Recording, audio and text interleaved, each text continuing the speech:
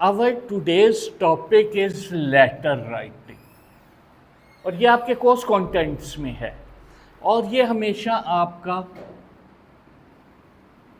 10 number का होता है, हमेशा 10 नंबर का होगा और हमेशा आया है ये क्वेश्चन, हमेशा आपके पेपर में आया है। वो फिर चेंज है कि क्या देते हैं।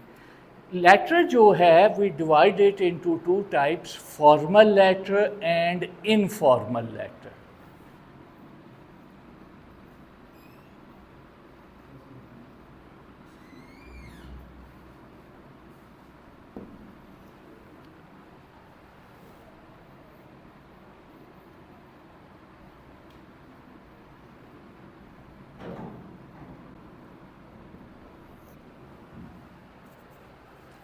मैट्रिक, इंटर, उसमें भी ये क्वेश्चन आता है आइदर लेटर और एप्लीकेशन। आपके लेटर जो है वो पार्ट 1 में है और एप्लीकेशन जो है वो पार्ट 2 में है। जब आप पार्ट 2 में जाएंगे तो वहाँ पर एप्लीकेशन राइटिंग है, इसमें डिफरेंस है, लिखने का तरीका क्या होगा। पार्ट 1 में आपके लेटर राइटिंग है। मैट्रिक और इंटर में डिवीज़न ऑफ मार्क्स अलग अलग होती है, आपके डिवीज़न ऑफ मार्क्स अलग अलग नहीं होती। वहाँ पर एग्ज़ामिनेशन हॉल, सिटी, ये लिखने का 1 नंबर है। ये मैट्रिक और इंटर की, I am talking about matric and inter. Date लिखने का 1 नंबर होता है, ठीक है। My dear father, sister, brother, अगर इनफॉर्मल लेटर है उसका 1 नंबर होगा।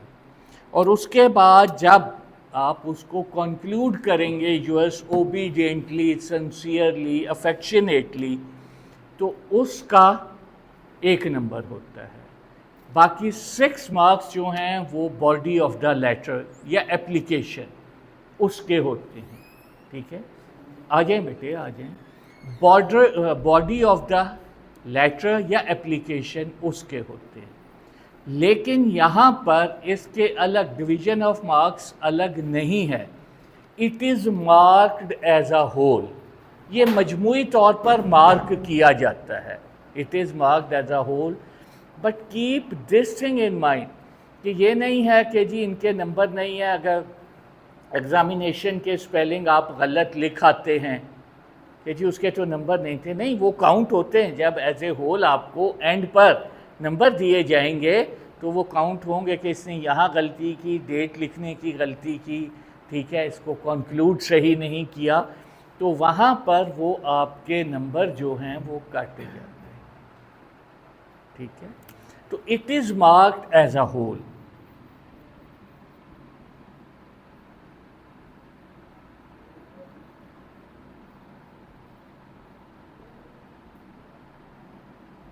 कि मजमूई तौर पर जितने भी हैं 6, 7 वो एंड पर इकट्ठे नंबर लगेंगे। तो इसका कोशिश करें कि इसका फॉर्मेट, कुछ क्वेश्चंस ऐसे होते हैं कि जो बड़ी तफसील से पढ़े जाते हैं, ठीक है।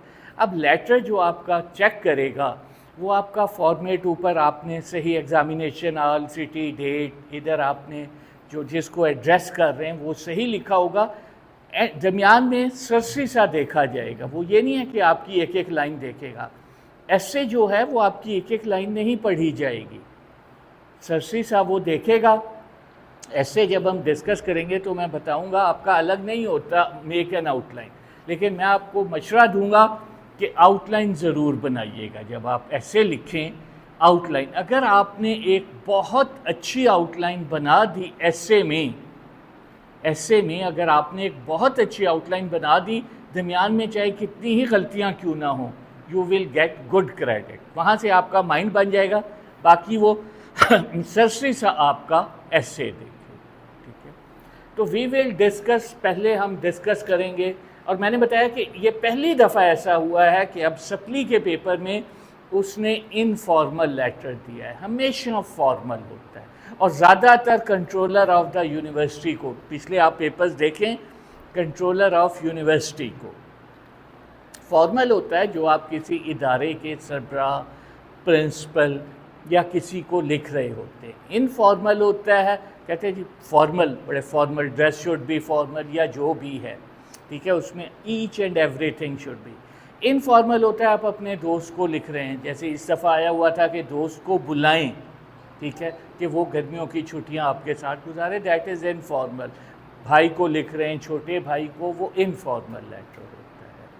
तो इसमें जब आप, we will now first discuss formal letter, इसमें बिल्कुल उसी तरह ही जैसे आप लिखते आ रहे हैं ऑन द, ठीक है, राइट साइड कॉर्नर, यहाँ पर आपने 3 चीज़ें लिखनी हैं, examination hall, city and date, ठीक है। ये 3 चीज़ें आपने इस कॉर्नर में लिखनी हैं, जो आपका पेज होगा उस पर examination hall, E capital, H capital, उसके बाद आपने कॉमा लगाना है, एग्जामिनेशन हॉल, ABC सिटी, कि ये आप शहर का नाम मेंशन नहीं कर रहे, अपनी आइडेंटिटी आपने कहीं भी मेंशन नहीं करनी, ठीक है। ये तो थोड़े से AJK यूनिवर्सिटी वाले लीनियंट हैं। पंजाब यूनिवर्सिटी में अगर आपने कोई मोबाइल नंबर या कोई इस तरह की चीज़ कर दी तो वो आपको केस बना देते हैं, ठीक है। ये वो नहीं है कि वहाँ आइडेंटिटी आपने कहीं भी शो नहीं करनी। Date, this is very very important. Date जो है ये बहुत ही इम्पॉर्टेंट है। एप्लीकेशन में आम तौर पर हम डेट एंड पर इधर लिख देते हैं, लेटर में, और देखिएगा कि लेटर, मैट्रिक, इंटर, हमेशा डेट लिखने का एक नंबर होता है कि क्या इसको डेट लिखने का तरीका भी आता है या नहीं आता। और डेट ज़रूरी नहीं कि जिस डेट को आपका पेपर हो रहा है आपने वही डेट लिखनी है, आप कोई भी डेट लिख सकते हैं, कोई भी डेट। जैसे अब सितंबर है, हम सितंबर लिखेंगे, आप मई लिख दें, इतने लंबे स्पेलिंग लिखने के बजाय आप मई लिख दें, मार्च लिख दें, अप्रैल लिख दें, उससे कोई फ़र्क नहीं पड़ता। सबसे पहले महीना, फिर तारीख, फिर कॉमा। तारीख को साल से अलग करने के लिए हमेशा कॉमा लगता है, and at the end full stop.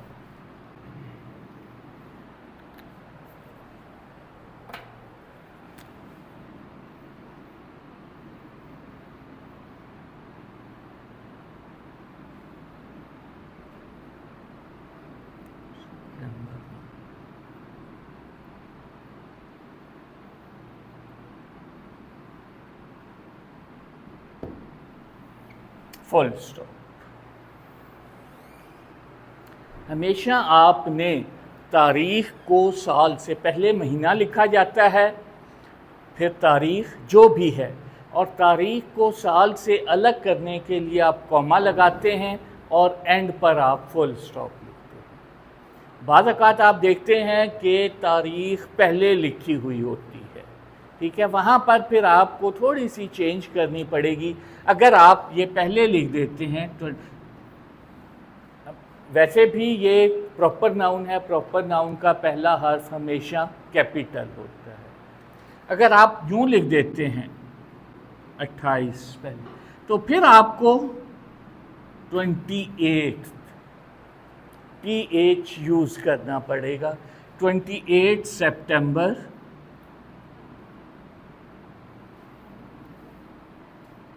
Comma 2025, यहाँ पर TH। अगर आप सेकंड है, थर्ड है, फर्स्ट है, तो ये आपने लिखना है। तो इसका बेहतर तरीका ये है कि पहले आप मंथ लिखें,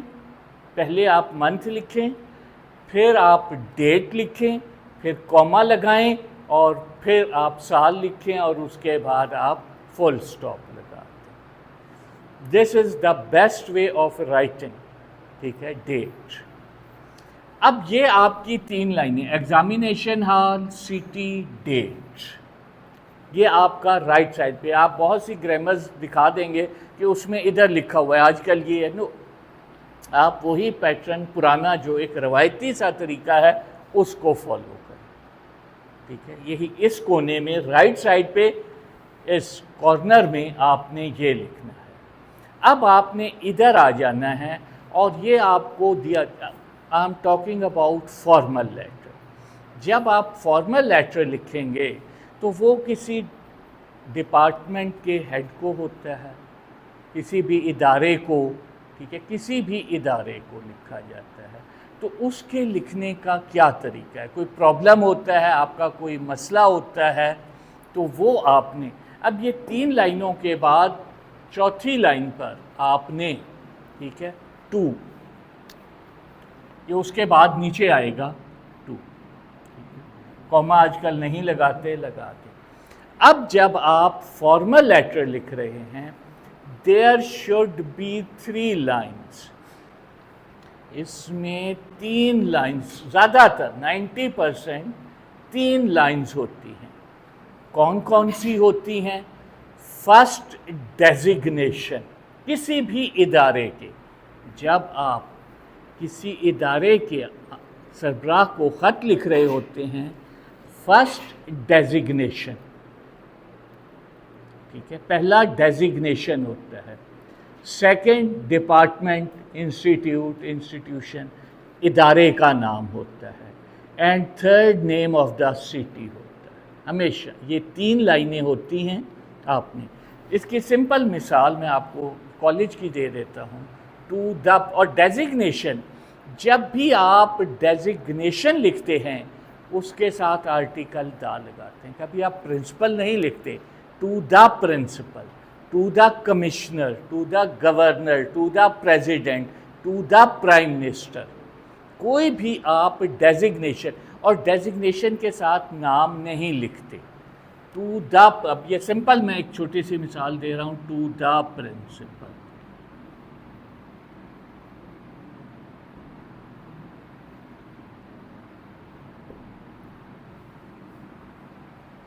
पहले वर्ड मैंने बताया डेजिग्नेशन के साथ, ठीक है, डेजिग्नेशन के साथ हमेशा आर्टिकल द इस्तेमाल होगा। इसके बाद आपने कॉमा लगा देना है। सिटी लॉ कॉलेज, और इनके तमाम पहले वर्ड्स, इनके तमाम पहले वर्ड्स कैपिटल लिखे जाते हैं। ये कैपिटल, ये सिटी लॉ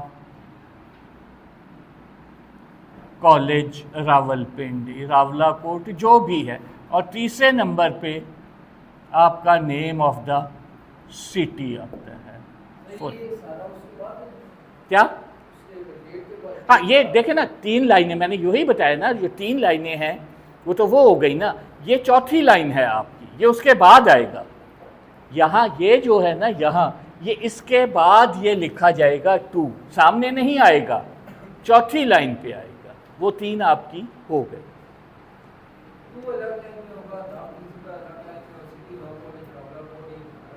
हाँ, ये देखें, ये 3 होंगी ना, उसके बाद ये 2 के नीचे आएगा, ठीक है। फिर मैं ये बता रहा हूँ कि आपने फॉर्मल लेटर, अभी मैं मुख्तलिफ डिपार्टमेंट के हेड को एड्रेस करके बताऊँगा कि कैसे करना है। ये तो छोटी सी मैंने मिसाल दी है कि इसको ज़हन में रखें कि मोस्ट ऑफ द टाइम 3 चीज़ें। पहले पे डेजिग्नेशन, डेजिग्नेशन क्या होता है? ओहदा, उसका ओहदा क्या है, ठीक है, उसका ओहदा क्या है, ठीक है। फिर डिपार्टमेंट, और फिर नेम ऑफ द सिटी। आपके ये इस तरह, इससे ये क्लियर हो गया आपके माइंड में। आपके एग्ज़ाम, आप पिछले पेपर्स देखें तो ज़्यादातर जो आया हुआ है लेटर वो कंट्रोलर ऑफ एग्जामिनेशन को है। Write a letter to the controller of examination of the university. अब वो मैं आपको बताऊंगा कि उसको आपने कैसे लिखना है, ठीक है। टू तो उसी तरह ही आपने लिख दिया। अब क्या है? टू द कंट्रोलर, ठीक है, टू द कंट्रोलर। अब ये तो मेंशन होता है ना कि आपने लिखना किसने, ये चीज़ तो वहाँ पर दी हुई होगी आपको। Write a letter to the controller of examination of the university, फर्ज करें ये लिखा है टू द, यहाँ लिखा होता है write a letter to the principal of your college. अब ये तो उन्होंने बता दिया द प्रिंसिपल कि किसको लिखना, तो फिर आपने उसकी जो 3, the principal, city law college, Rawalpindi, Rawalakot, ठीक है। और आमतौर पे अगर रावला कोट नहीं है तो यानी कि आप वहाँ XYZ लिखें। अगर आप आइडेंटिटी शो नहीं करना चाह रहे, अगर आप आइडेंटिटी शो नहीं करना चाह रहे तो XYZ, और सिटी लॉ कॉलेज की जगह ABC लॉ कॉलेज। आपने देखा होगा कि लेटर और एप्लीकेशन में ABC XYZ का इस्तेमाल बहुत ज़्यादा होता है। ये क्यों इस्तेमाल कर रहे होते हैं? Not to show your identity to the controller of examinations. और ये पहले वर्ड्स जितने होंगे ये कैपिटल होंगे।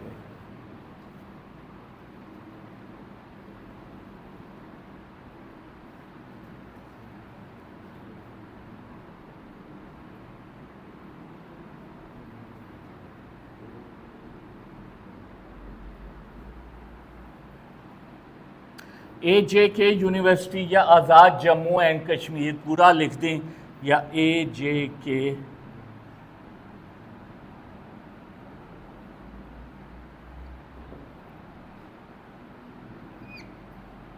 ठीक है। इसके बाद भी कॉमा, इसके बाद भी कॉमा, मुजफ्फराबाद,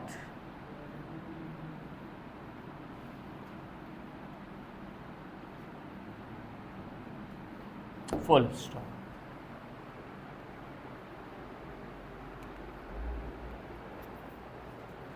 ठीक है। Controller of examinations, what is this? Designation, ये उसका ओहदा है। कमिश्नर को लिखें to the commissioner, Rawalpindi division Rawalpindi. ठीक है। मुख्तलिफ किसी वापडा वालों को, गैस वालों को, या मुख्तलिफ आ जाता है ना, मुख्तलिफ डिपार्टमेंट को, तो ये आपने इस तरह से लिखना है। पहले डेजिग्नेशन, देन डिपार्टमेंट, किसी इदारे का है टू द CEO, आगे उसके इदारे का नाम, उसके बाद नेम ऑफ द सिटी। ये फॉर्मल लेटर आपने ये इस तरह से लिखना है। अब नेक्स्ट स्टेप इसके बाद जो होगा वो आपने सब्जेक्ट, जो फॉर्मल लेटर है, इनफॉर्मल में हम सब्जेक्ट नहीं लिखते, फॉर्मल में सब्जेक्ट लिखा जाता है। एप्लीकेशन में तो हमेशा ही लिखा जाता है, लेटर में इनफॉर्मल में नहीं कि दोस्त को लिख रहे हैं, भाई को लिख रहे हैं, या और इसमें सब्जेक्ट लिखा जाता है। सब्जेक्ट लिख के आपने उसके नीचे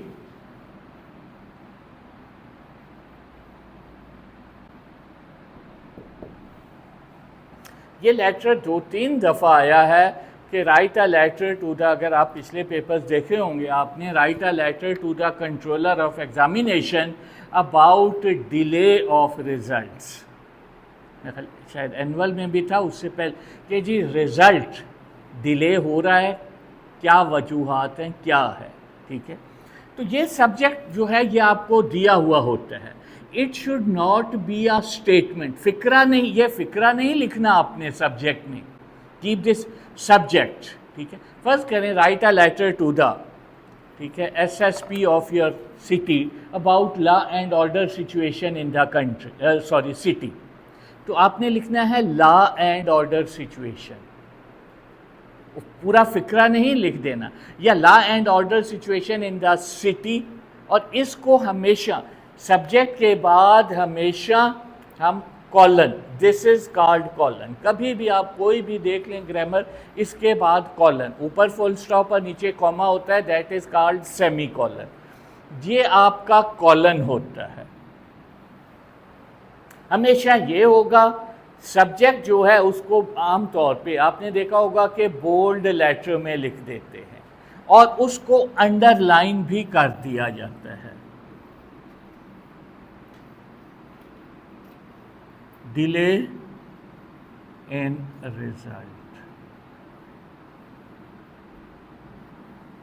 रिजल्ट्स में ताखीर, सफेद ये नीचे उसके बिल्कुल उसके बाद, और इसके बाद ये यानी कि इसको फिक्रा नहीं लिखना, इसको आम तौर पे बोल्ड कर दिया जाता है। आपने वैसे भी देखें कोई एप्लीकेशन भी आजकल आप वो या CV वगैरह ये टाइप दे रहे होते हैं, तो वो जो ये चीज़ है इसको आप हमेशा बोल्ड करके लिखते हैं, बोल्ड कर देते हैं। डिले इन रिजल्ट्स जो भी है, law and order situation in the city, या जो भी है सर्च टाइप, वो उसमें दिया हुआ होता है कि जी जिस टॉपिक पे आप लिख रहे हैं वो आपने यहाँ लिखना है।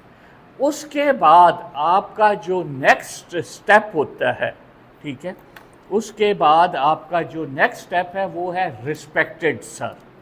बाज़ ग्रामर में आप देखेंगे वहाँ पर लिखा हुआ होता है डियर सर, या आप डियर सर ना लिखें, either you right respected sir या सिर्फ सर, या आप रिस्पेक्टेड सर लिखें, ठीक है, या डियर सर लिखें, ओ सॉरी सिर्फ सर लिखें, डियर ना लिखें, सॉरी, या वो लिखें या वो लिखें। तो ये नेक्स्ट लाइन इसकी होगी। तो ये आपका इंट्रोडक्टरी पार्ट है कि कैसे आपने एग्जामिनेशन हॉल, सिटी, और कोशिश करें कि इसमें कॉमे, फुल स्टॉप प्रॉपर यूज़ हों, कैपिटल लेटर कहाँ है, ठीक है।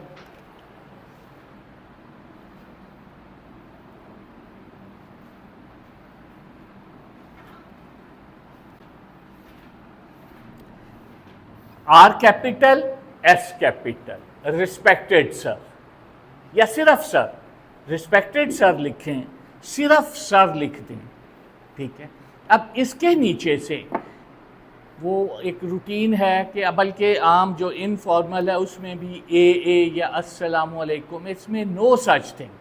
आपने लैंग्वेज का ख्याल रखना है, ठीक है, लैंग्वेज का ख्याल रखना है कि बड़ी प्रॉपर सिलेक्टेड लैंग्वेज होना चाहिए। Sir I want to bring, अच्छा मैं आपको ये चीज़ बताना चाहता हूँ, अब जैसे आई am hale and hearty I hope, और अक्सर ये लिखा होता है प्रिंसिपल को, अक्सर पेपर में चेक कर रहा होता हूँ, I hope you will be, how are you, no such thing. इसमें ये नहीं कि हाउ आर यू, ठीक है, कि इसमें थोड़ा सा ख्याल कीजिएगा, हाउ आर यू नो, या आई रिसीव्ड योर लेटर, ये इनफॉर्मल जब हम डिस्कस करेंगे वो मैं आपको बताऊंगा कि मैं ये चीज़ आपको बताना चाहता हूँ, ठीक है। इसमें या आपको, तो इसमें यह नहीं लिखना I want to tell you this thing, no such thing. इसमें I want to bring this thing to your notice. अब एक ही चीज़ है ना, आप उसको बता रहे हैं ना, तो आपने ये इस तरह की लैंग्वेज वर्डिंग यूज़ नहीं करनी कि जी I want to tell you, I want to bring this thing या कोई भी चीज़ टू योर नोटिस। सर वे हाँ, अब वो नहीं ना कि मैं असल में तो आप उसे वही नोटिस में लाना, लेकिन ना ये नहीं इस तरह की लैंग्वेज, ये मैं बता रहा हूँ ना कि आपको लैंग्वेज का difference, I want to tell you, ठीक है, कि मैं आपको बताना चाह रहा हूँ, नहीं, I want to bring this thing to your notice, ये मैं चीज़ आपके नोटिस में लेकर आना चाह रहा हूँ, ठीक है, कि ये चीज़ मैं आपके नोटिस में ला रहा हूँ कि दीज आर द प्रॉब्लम्स, ये वो इस तरह का। अच्छा, पहला सिर्फ इंट्रोडक्टरी, पहला जो इसमें आप पैरा लिखेंगे, जो फर्स्ट पैरा, वो सिर्फ आपका 2-3 फिक्रे या 2-3 लाइनों पर होना चाहिए, ठीक है, 2-3 फिक्रों, वो सिर्फ 2-3 फिक्रे हों या 2-3 लाइनें, उसमें सिर्फ आपने वो इशू बताना है, ठीक है। I want to bring this to your notice that for the last 5 years the result of the university is delayed, ठीक है, द यूनिवर्सिटी, ठीक है, कि 3-4 सालों से यूनिवर्सिटी का रिजल्ट डिले हो रहा है। ये कॉलेज के प्रिंसिपल को, सर वो तो हो गया ना respected sir, I want to bring to your notice that these are the factors, आगे जो भी है कि जिसकी वजह से, और वो चीज़ दी हुई होती है उस पर सिर्फ वो आपने पहले पैरे में, पैरा कह लें या 2-3 लाइनें, उसमें वो चीज़ मेंशन करनी है, वो चीज़ मेंशन करनी है आपने, ठीक है।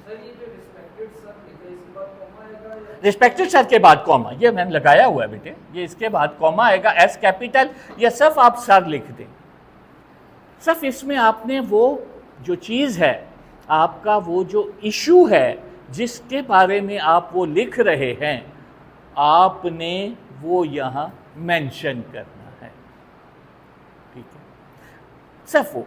उसके बाद अब आपने 2 या 3 पैरे 2 या 3 पैरे जो हैं, पैरे बना के, ये नहीं है कि यहाँ से आपने लेटर शुरू किया और मुसलसल 8-10 लाइनें लिखती, no, in the form of paragraph छोटे छोटे।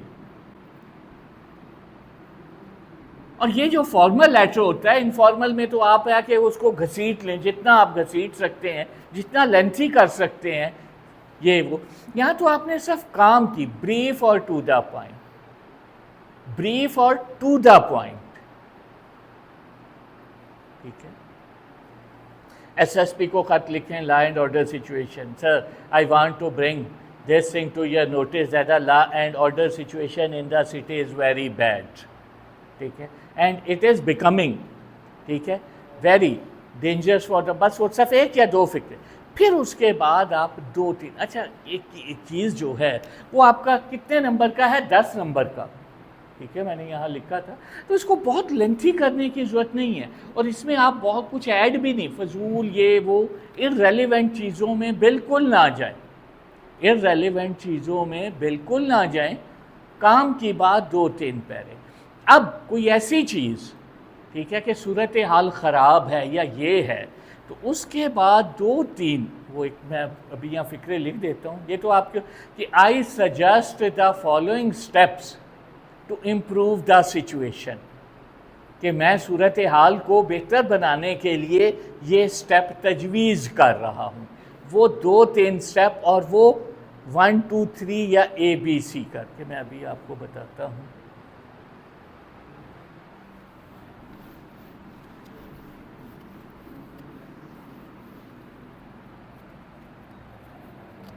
आई सजेस्ट, ये फॉर्मल लेटर्स में होगा, इनफॉर्मल में नहीं होगा, कि मैं ये इक़दामात तजवीज़ कर रहा हूँ सूरत हाल को बेहतर बनाने के लिए। आई सजेस्ट द,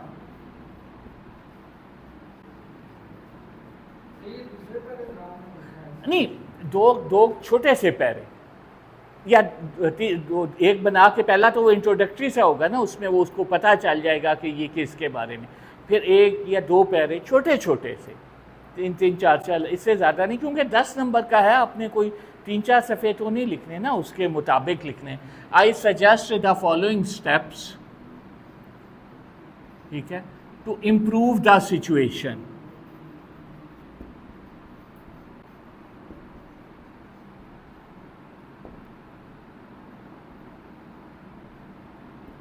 मैं सूरत हाल को बेहतर बनाने के लिए ये इक़दामात तजवीज़ कर रहा हूँ, ठीक है। ये अगर कोई रुझान है, ठीक है, कि सूरत हाल ख़राब है, तो फिर टू चेक दिस टेंडेंसी, फिर आप यूँ लिख देंगे, I suggest the following steps to check this tendency,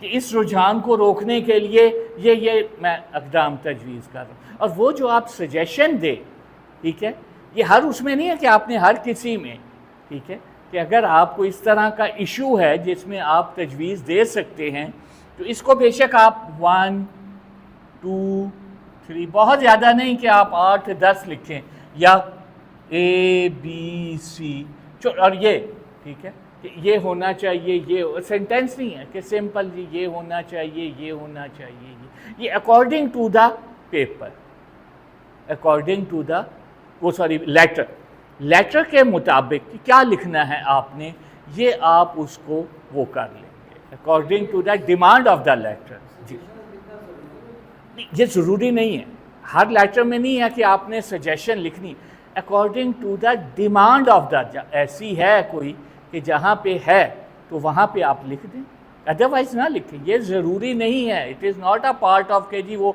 इसके बगैर, कि अगर आप समझते हैं कोई ऐसी चीज़ है कि सूरत हाल ख़राब है, आपने उसको बेहतर करना है, सूरत हाल ख़राब है, या वो तो आप अगर कोई इस तरह के वो देना चाहें तो दे दें, ये ज़रूरी नहीं है, ठीक है, ठीक है। अब उसके बाद जिधर आपने वो लिखा था, ठीक है, वहाँ पर अगर आप लिख रहे हैं, आपका कोई बॉस है, प्रिंसिपल को लिखेंगे, in case if you write principal, तो फिर आपने ये अगर नहीं भी लिखेंगे तो मैक्सिमम 2-3 छोटे छोटे पैराग्राफ, बस उससे ज़्यादा नहीं, कि उसको लेंथी नहीं करना।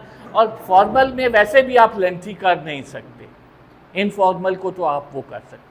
अब जिधर आपने ये लिखा था एग्जामिनेशन हॉल, सिटी, डेट, इधर आपने, अगर आपका कोई बॉस है, ऑफिसर है, you will write obediently, Y capital, ठीक है, YOURS।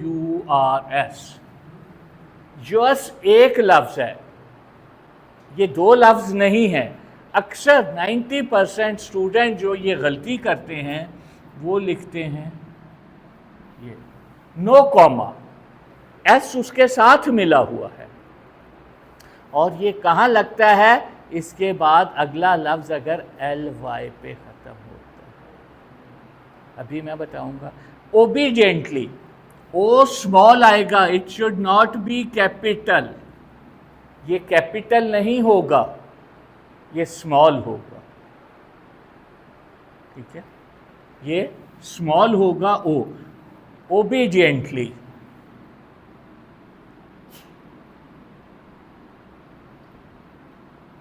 कॉमा, नीचे वही XYZ जो भी आप लिख रहे हैं, फुल स्टॉप।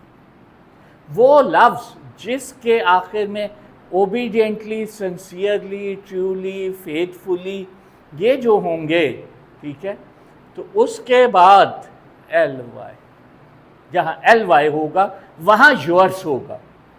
जैसे फर्ज है प्रिंसिपल को लिख रहे हैं, आप यूँ भी तो लिख सकते हैं योर ओबीडियंट स्टूडेंट, तो वहाँ योर्स नहीं होगा, ये योर्स वहाँ लिखा जाता है जहाँ आगे LY आता है, एडवर्ब ओबीडियंटली। अच्छा, जिसको आप नहीं जानते, योर्स ट्रूली ज़्यादातर, ठीक है, तो आपका बॉस है ना, जैसे प्रिंसिपल है वो तो आपका boss, yours truly, YOURS, T small TRULY, इसके बाद ई नहीं आएगा, योर्स ट्रूली XYZ, ठीक है। ज़्यादातर ट्रूली या फेथफुली लिखा जाता है, ट्रूली या फेथफुली, जिसको आप नहीं जानते, ठीक है। फ़र्ज़ करें सिंपल, आप कमिश्नर को कोई लेटर लिख रहे हैं किसी प्रॉब्लम के बारे में, तो उसको आप ओबीडियंटली नहीं लिखेंगे, you will right truly, you will right faithfully,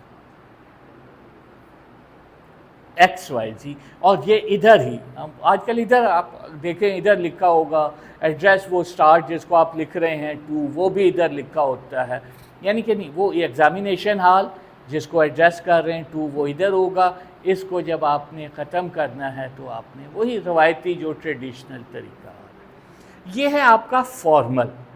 इन चीज़ों को आपने जहन में रखना है। और मेन चीज़, जिसको एड्रेस कर रहे हैं टू, किसको लिख रहे हैं, ये अगर आप सही लिखेंगे, दरमियान में जो भी आप थोड़ा बहुत लिखेंगे, यू विल गेट क्रेडिट। ये लेटर वो क्वेश्चन है कि जो आपको नंबर देता है, ठीक है, जो आपको नंबर देगा। थोड़ा सा इसमें आप वो प्रैक्टिस कर लें, ठीक है। अब इनफॉर्मल वो होता है कि जिसमें आप फादर को लिखें, इस दफ़ा दोस्त को आया था, तो वो आपका पैटर्न वही होगा, एग्जामिनेशन हॉल, सिटी, डेट, वही चीज़ आपने उसी तरह। इधर आपने इस दफ़ा जो अब सप्ली का मैंने लास्ट टाइम आपको पेपर था, उसमें वो है दोस्त को ख़त लिखें, तो उसमें आपने वो जो 3 लाइनें हो गई, इसमें टू नहीं आता, माई डियर फ्रेंड, ये चीज़ें बड़ा काउंट करती हैं। M बड़ा, D छोटा, F बड़ा।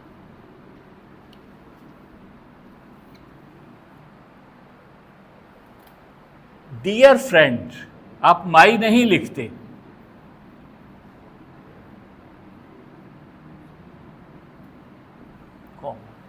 फिर ये भी कैपिटल और ये भी कैपिटल। माई डियर फादर, इसी तरह my dear sister, my dear brother, तो वो आपने इस चीज़ को फॉलो करना। सर ये हाँ, वो लिखा जाएगा, वो बिल्कुल एज इट इज। ये मैं उधर बता रहा हूँ कि मैंने आपको बताया फॉर्मल में 3 लाइनें होती हैं। पहला आपका डेजिग्नेशन होता है, ओहदा, the principal, the controller, the commissioner, the superintendent of police, ठीक है, to the CEO, to the managing director, जिसको भी आप लिख रहे हैं, पहला ओहदा, ठीक है, डेजिग्नेशन, ओहदा होता है डेजिग्नेशन, टू द प्रेसिडेंट, ठीक है। दूसरे नंबर पे होता है डिपार्टमेंट, मैंने आपको मिसालें इसीलिए लिख के दी ना, सिटी लॉ कॉलेज, ये डिपार्टमेंट, इदारा, इंस्टीट्यूट, जो भी है। तीसरे नंबर पे शहर होता है। इसमें ये नहीं होता इनफॉर्मल में आपने डायरेक्ट टू वगैरह कुछ नहीं, ठीक है। अगर आप my dear friend, my dear, ठीक है, एम बड़ा डी, फादर है तो इसी तरह ही फ्रेंड की जगह फादर, सिस्टर है, ब्रदर है, मदर है, वो इसी तरह हो जाएगा। अगर दो लफ्ज़ लिख रहे हैं डी और एफ, डियर फ्रेंड, तो फिर दोनों कैपिटल हो जाते हैं। डेट वो इधर, हाँ बिल्कुल, वो इसी तरह ही वो ये तीन जो एज इट इज़ लिखा जाएगा, एग्जामिनेशन हॉल, सिटी, डेट, ये। हाँ, इसमें अब पहला इसमें आप वो लिख सकते हो, उसमें ये नहीं है कि आई रिसीव्ड योर लेटर, ये वो, उसमें लैंग्वेज का बड़ा ख्याल रखना है कि कोई, इसमें I received your letter, I am hale and hearty, I hope you will be, उसमें ये नहीं है कि I hope you will be fine. Principal को या किसी भी डिपार्टमेंट वाले को आपने ये नहीं लिखना कि I am fine, I hope you will be fine, no such thing, उसमें ऐसी कोई चीज़ नहीं, ठीक है। इसमें आई रिसीव्ड योर लेटर, ये वो, ये सारा आपने, और इसी तरह 10 नंबर का पहला सा हाल चाल, उसके बाद जो भी है, इस दफ़ा आया हुआ था दोस्त को बुलाना है तो I invite you to come and we will go to Murree, दो और पैरे बना के मुसलसल ये ना करें कि आप कंटिन्यूस उसको लिख दें, नो सच थिंग, ठीक है। कंटिन्यूस नहीं, पैरे बना के हमेशा, चाहे आप ऐसे लिखें, जब हम ऐसे मैं डिस्कस करूँगा तो आपको ऐसे का बताऊँगा कि कैसे आपने आउटलाइन बनानी है, और मैंने बताया कि मेन चीज़ आपकी आउटलाइन है। आउटलाइन के अलग नंबर नहीं होते, आउटलाइन डिमांड भी नहीं करते, नहीं बनाएंगे कोई मसला नहीं। बारकात होता है, पहले BA में होता था पंजाब यूनिवर्सिटी में, मेक एन आउटलाइन, उसके अलग नंबर होते थे, इसके कोई अलग नंबर नहीं होंगे, लेकिन वो आउटलाइन अगर आप अच्छी बनाएंगे उससे इम्प्रेशन अच्छा पड़ेगा, और सिर्फ आउटलाइन पढ़कर ही वो आपको ऐसे के नंबर मिल जाएंगे कि इसने ये अच्छी आउटलाइन बनाई है, इसी को ही आगे एक्सप्लेन किया है। ऐसे अनसीन आते हैं, तो आप majority most of the essays, चाहे एक तो आजकल जैसे role of social media, democracy या इस तरह के, वो तो आप तैयार कर लीजिएगा, ठीक है, इंटरनेट और ये वो। बाकी तो आप इतने नहीं तैयार कर सकते, तो बाकी बहुत से इसकी ऐसे की आप आउटलाइन तैयार कीजिए।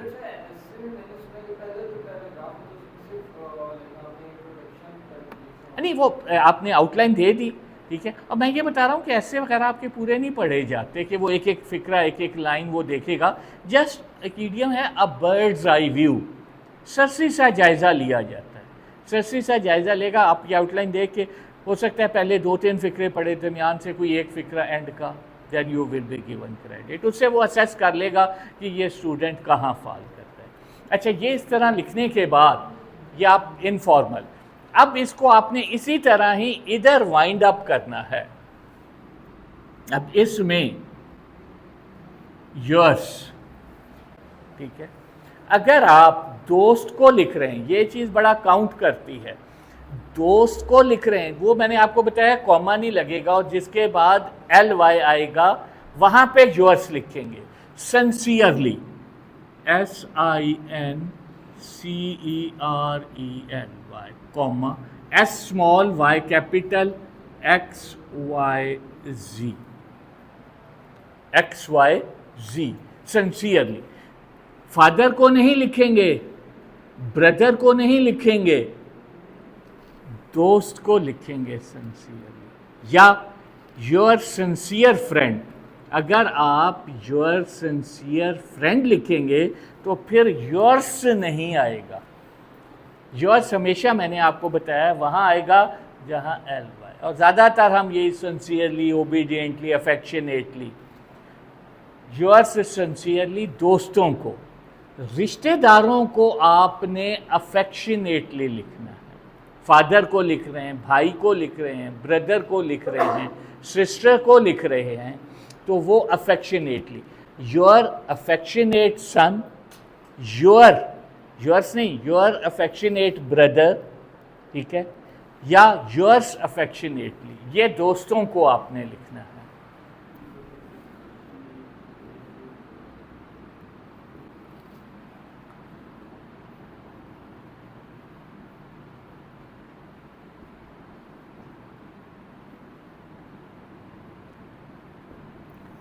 Yours affectionately.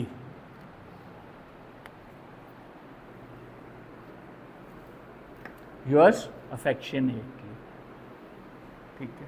ए स्मॉल, ये रिश्तेदारों को, बाप है, भाई है, बहन है, माँ है, ये उनको। दोस्तों को अफेक्शन, अगर आप फादर को लिख रहे हैं और सिंसियरली लिखा है, ये गलत है। ठीक है जी। क्वेश्चन, एक ही आता है, लेटर में कोई चॉइस नहीं, एक आता है और आपने वही अटेम्प्ट करना होता है। ठीक है, वही आपने अटेम्प्ट करना है। तो ये इस तरह से चॉइस नहीं है इसमें, तो ये कोई इतना मुश्किल नहीं है। ठीक है, तो ये हमने थोड़ा सा डिस्कस किया आपका फॉर्मल लेटर, और आपके हमेशा आते ही फॉर्मल लेटर हैं। इनफॉर्मल में तो आप गप्पे लगा सकते हैं, फॉर्मल में आप गप्पे नहीं लगा सकते। ठीक है, तो any question regarding this letter writing, और ये लेटर का क्वेश्चन हमेशा आया है, कभी ऐसा नहीं हुआ कि आपके लेटर का क्वेश्चन ना आया हुआ कि लेटर लिखना है। ठीक है, इसमें अगर आपने कोई क्वेश्चन के जी formal letter, informal letter clear हो गया, ठीक है, आप लोगों को इससे मुतल्लिक, ये तो सिंपल मैंने एक पैटर्न, और वो आप करते आए, लेटर तो आप शुरू लिखते आ रहे हैं throughout matric F A, उससे पहले भी, वो तो आपको पता है। वो ज़्यादातर पहले जो आप लिखते आ रहे हैं वो आप लिखते रहे हैं इनफॉर्मल लेटर। अब जो है यहाँ के बाद अब आपके फॉर्मल लेटर शुरू हो जाते हैं कि जी आपने फॉर्मल लेटर कैसे लिखना है। तो उसमें ज़रा थोड़ा सा कोई चीज़ जो आपको, कोई क्वेश्चन इससे मुतल्लिक कि कैसे आपने इसको लिखना है, कैसे करना है, क्लियर? ये है कि इसकी ज़रा वो प्रैक्टिस करेंगे, आपका एक आधा कोई मैं टेस्ट लेके देखूँगा कि आप कैसे करते हैं। ठीक है,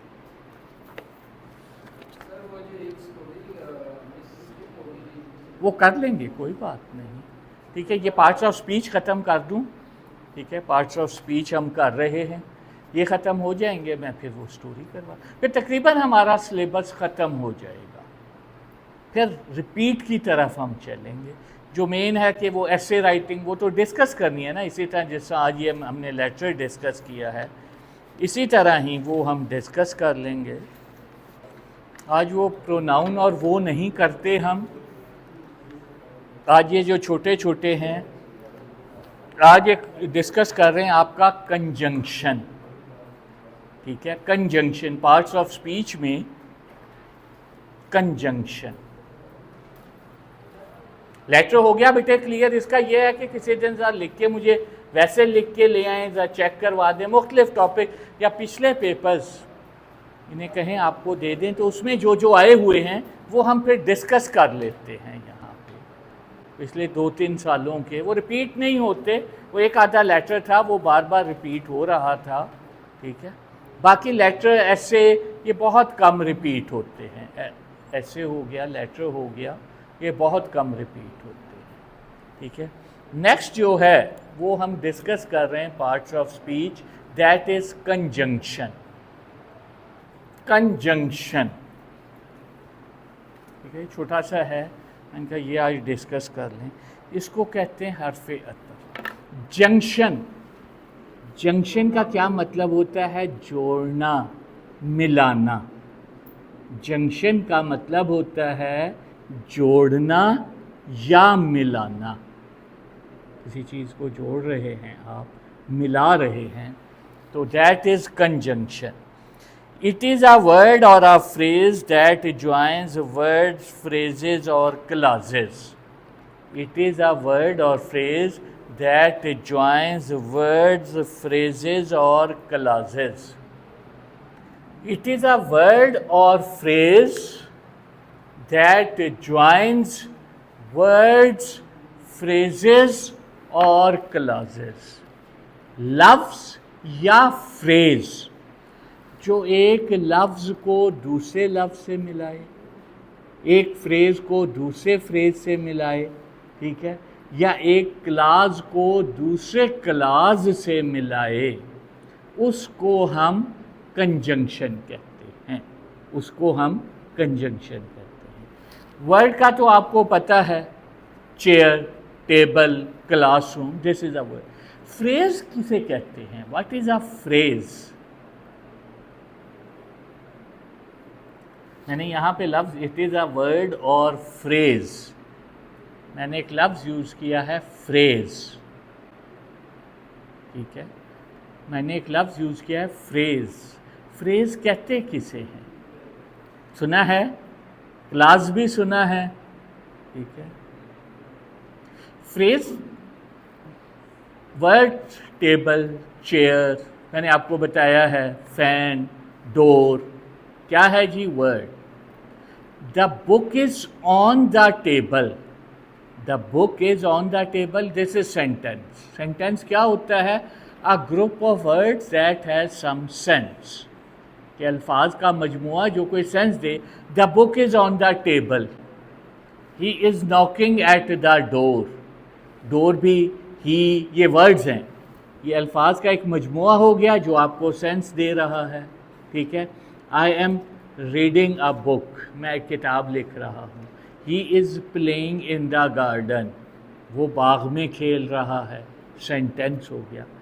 फ्रेज होती है a group of words that has some sense but not the complete sense, अल्फाज का एक मजमुआ जिसका मतलब तो है लेकिन मुकम्मल मतलब नहीं देता, उसका मतलब निकल रहा है लेकिन मुकम्मल मतलब नहीं निकल रहा, that is phrase. He is playing in the garden, sentence, in the garden, this is phrase. In the garden, बाग में, इन द गार्डन, बाग में, ठीक है, मतलब तो है ना, लेकिन कंप्लीट सेंस तो नहीं, क्या है? तो इसको हम फ्रेज कहते हैं, इसको हम a group of words that has some sense but not the complete sense. In the garden, he is playing in the garden. The book is on the table, on the table, मेज पर, sense है, complete sense नहीं है। और class क्या होती है?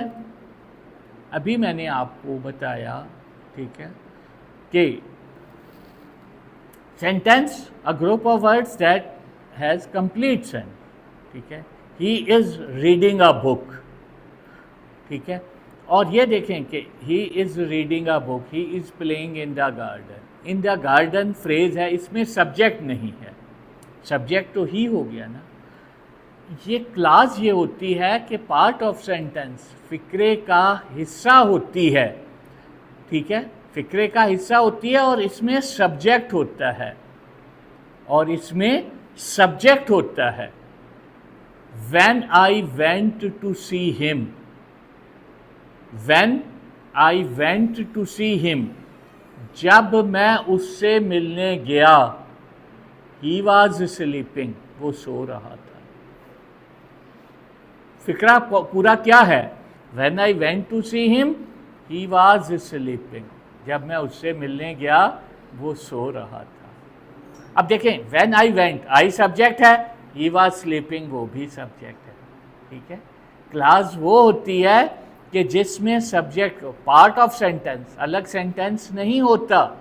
When I went to see him, he was sleeping या he was reading a book, फिक्रा तो वहाँ ख़त्म होगा ना, he was reading a book, full stop तो वहाँ लगेगा।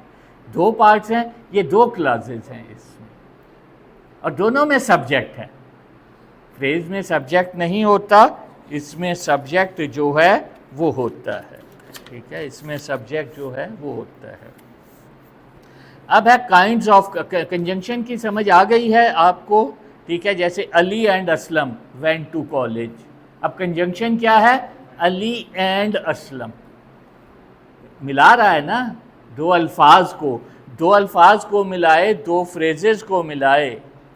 ही want cooperation on the other hand, ठीक है, we want cooperation on the other hand they do not. We want cooperation on the other hand, हम उनसे ताउन करना चाह रहे हैं, जबकि ऑन द अदर हैंड, जबकि वो नहीं चाह रहे। तो what is on the other hand? On the other hand क्या है? दिस इज कंजंक्शन, ये उसको मिला रहा, ठीक है। अब कंजंक्शन जो है इसकी देयर आर टू टाइप्स, ठीक है, coordinating conjunction, kinds of conjunction और subordinating conjunction. Coordinating conjunction and subordinating conjunction. There are two types of conjunction.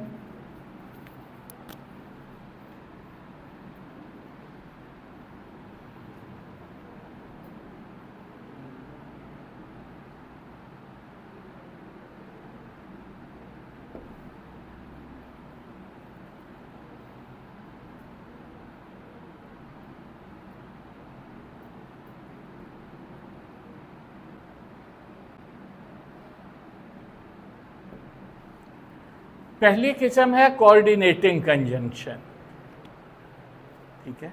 First type जो है वो that is coordinating conjunction. Coordinating conjunction connect words और phrases of equal rank, बिल्कुल equal rank, दोनों फिक्रे जो हैं, ठीक है, जो बिल्कुल बराबर हों, ठीक है, इक्वल रैंक, बिल्कुल एक जैसे। She came here and she met me. She came here, ये हम coordinating. She came here and she met me.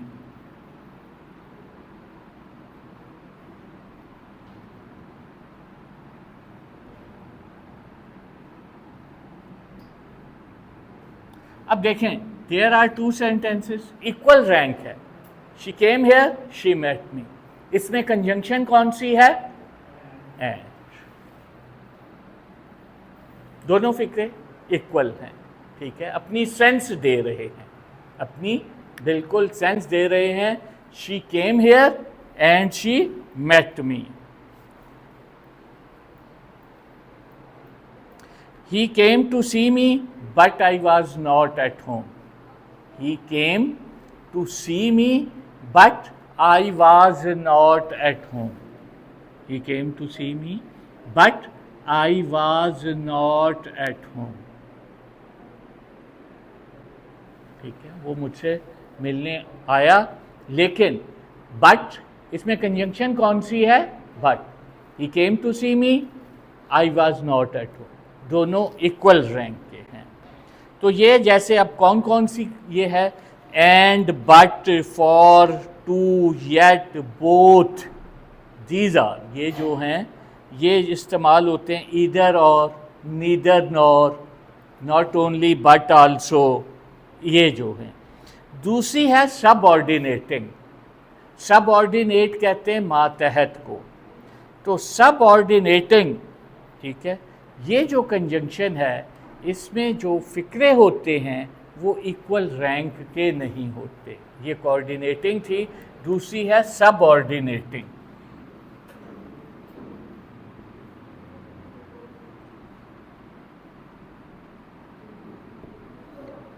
Subordinating conjunction, ठीक है, वो इक्वल रैंक की नहीं होती। सच सब coordinating conjunction connect phrases or clauses of unequal, मैंने जो पहली आपको मिसालें दी उसमें दोनों फिक्रे इक्वल रैंक के थे, इसमें इक्वल रैंक के नहीं होते।